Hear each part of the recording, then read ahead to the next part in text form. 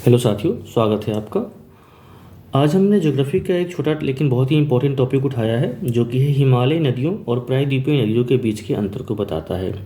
Point के हिसाब से समझते हैं, हम चीज़ें क्लियर हो जाएंगी, आसानी से आप समझेंगे। देखिए, हिमालय नदियों के बारे में क्या कहा गया कि इन नदियों की लंबाई अधिक होती है तथा इनका जल ग्रहण क्षेत्र बड़ा होता है। लंबाई अधिक, जल ग्रहण क्षेत्र बड़ा, कहने का मतलब ये है कि जैसा कि हम जानते हैं कि हिमालयी नदियों जैसे कि ब्रह्मपुत्र, सतलज या फिर सिंधु, ये नदियाँ हिमालय की ऊंची चोटी से निकल के आती है। लंबाई भी इनकी अधिक होती है तथा ये कई राज्यों में प्रवेश करते हुए अपने जल को अपने सोर्स से लेकर अंतिम पॉइंट तक प्रवाहित करती है। ऐसी स्थिति में इनकी जो सहायक नदियां हैं या फिर इनका जो क्षेत्र है वो काफ़ी बड़ा होता है।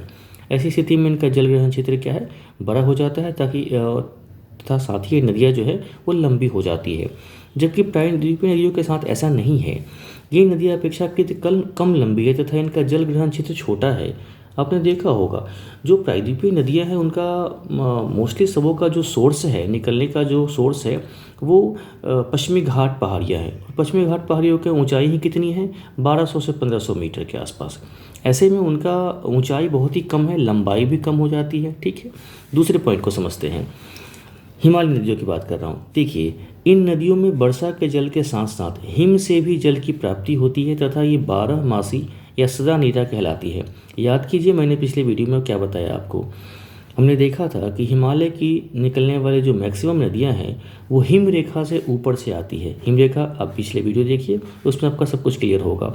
ये वहाँ से निकल के आती है, अतः इनमें जो जल होता है वो सिर्फ वर्षा जल से ही नहीं बल्कि हिम यानी कि बर्फ से भी प्राप्त होता है। ऐसे में ये नदियाँ 12 मासी होती हैं और सदा नीरा कहलाती है, मतलब सालों भर इनमें जल की प्राप्ति पूर्ति बनी होती है।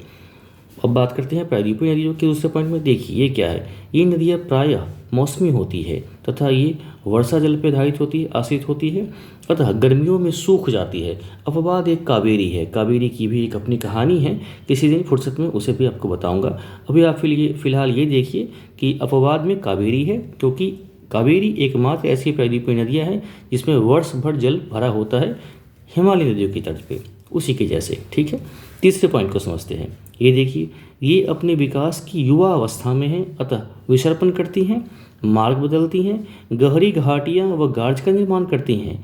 ये इनकी विशेषता में गिनती आती है। ये हिमालय नदियों की बात करिए। ये सब एक दूसरे से कहीं ना कहीं लिंक है। हमने अभी देखा कि चूंकि इनकी ऊंचाई काफ़ी अधिक है, काफ़ी ऊंचे से आती है, ऐसी स्थिति में इनकी जो स्पीड है, आने की जो चाल है, वो काफ़ी तीव्र होती है। जब कोई चीज़ें तीव्र चलेंगी तो विसर्पण करेंगी, वो दाएं बाएं इधर से उधर घूमेंगी, अपना मार्ग बदलेंगी, गहरी घाटियाँ या फिर ऐसे कोई अगर सॉफ्ट चट्टानें या फिर कोई भी ऐसी चीज़ पड़ेंगी तो उनको काटेंगी बीच से, तो घाटियाँ का निर्माण करेंगी, गार्ज का निर्माण करेंगी। ये देखा होगा अभी आपने। ठीक है, जबकि प्रायद्वीपीय नदियों के साथ ऐसा नहीं है। ये नदियाँ प्रौढ़ावस्था में है, मतलब ये नदियाँ काफ़ी पहले से बहती हुई आ रही है तथा इनकी ढाल भी चूँकि कम है तो ये सीधे चलती हैं। चूँकि आपने देखा होगा ये ठीक इंसानों के जैसा है। आपने देखा होगा जो जेनजीज हैं या फिर जो एक उम्र के बाद के लोग हैं, तो उनकी चाल ढाल आपने देखा होगा कि वो बदल जाती है। वो पहले कैसे वो थोड़े मतलब हिचकोले मारते हैं, बाद में जाके वो शांत हो जाते हैं। ठीक नदियों की भी प्रकृति इंसानों की तरह ही होती है। अतः सीधी मार्ग में चलना, कम गहरी घाटियाँ का निर्माण करना, कम गहरे गार्ज बनाना। देखिए, प्रवृत्ति तो नदी वाली ही रहेगी। तो जो हिमालय की नदियाँ हैं वैसी प्रवृत्ति इनकी भी है कमोबेश, लेकिन अंतर यही है कि इनमें जो चीज़ें ज़्यादा थी वो चीज़ें यहाँ पे कम हैं। ठीक है, आइए फिर एक और पॉइंट देखते हैं। ये नदियाँ बड़े बड़े डेल्टा का निर्माण करती है, जैसे कि सुंदरबन का डेल्टा।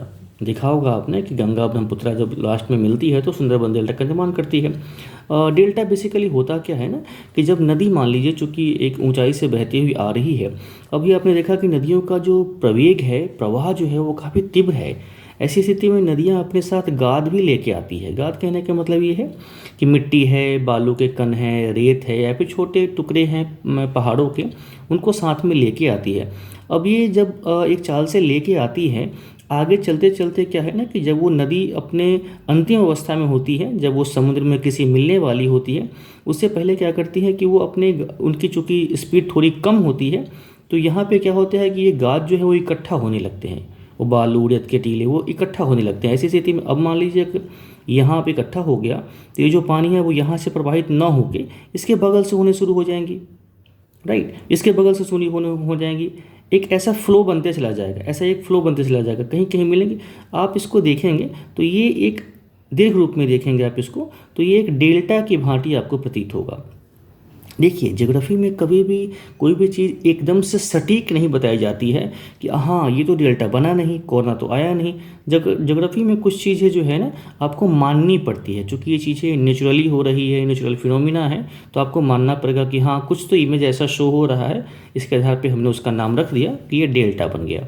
ठीक है। जबकि दूसरी तरफ यहाँ देखेंगे कि जो प्रायद्वीपीय नदियाँ हैं ये डेल्टा का निर्माण नहीं करती है। उसका रीजन भी ऊपर ही उल्लेखित है, क्योंकि इनकी स्थिति जो है प्रौढ़ावस्था की है, इनकी चाल जो है वो धीमी है, कम ऊंचाई से आती हैं।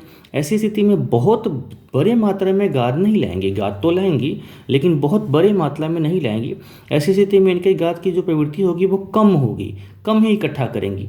तो नदी एकदम से ऐसा फ्लो न बना के हल्का हल्का फ्लो बनाएंगी, राइट, हल्का हल्का फ्लो बनाएंगी, साइड से निकल जाएंगी और फिर जाके अपने जो अंतिम बिंदु है उसमें जाके किसी भी समुद्र में मिल जाएंगी। ऐसी स्थिति में ये क्या बनाएंगी, तो ये एस्चुरी का निर्माण करेंगी, राइट। जबकि ये क्या बनाएंगी, ये डेल्टा का निर्माण करेंगी, राइट। तो ये देख लिया आपने। सीधा सवाल आएगा कि जो हिमालयी नदियां हैं वो किसका निर्माण करती हैं, तो डेल्टा का निर्माण करती हैं। जबकि जो प्रायद्वीपीय नदियां हैं वो एस्चुरी, जिसको हिंदी में ज्वार नदमुख बोलते हैं, का निर्माण करती है। अंतिम बिंदु को समझते हैं। ये नदियाँ नौवहन व सिंचाई के लिए अनुकूल है। कारण भी स्पष्ट है, चूँकि वर्षवाहिनी है, बारहमासी नदियाँ हैं, सदानीरा नदियाँ हैं, वर्ष भर जल से भरा होता है, तो आप इसमें चैनल बनाइए, कैनाल बनाइए, नाले बनाइए और यहाँ से अपने नौवहन की प्रक्रिया भी करिए और साथ ही सिंचाई भी कर सकती हैं। जबकि यहाँ के साथ ऐसा नहीं है, चूँकि आपने देखा, चूँकि ये मैक्सिमम जो इसकी नदियाँ हैं वो वर्षा जल पे आश्रित है। ऐसी स्थिति में कभी ऐसे भी देखने को मिलता है कि नदियाँ सूख जाती हैं, न बड़े पैमाने पे, लेकिन कहीं कहीं सूख जाती हैं, कहीं कहीं जल का जमाव रहता है। ऐसी स्थिति में नौवहन करना पॉसिबल नहीं है।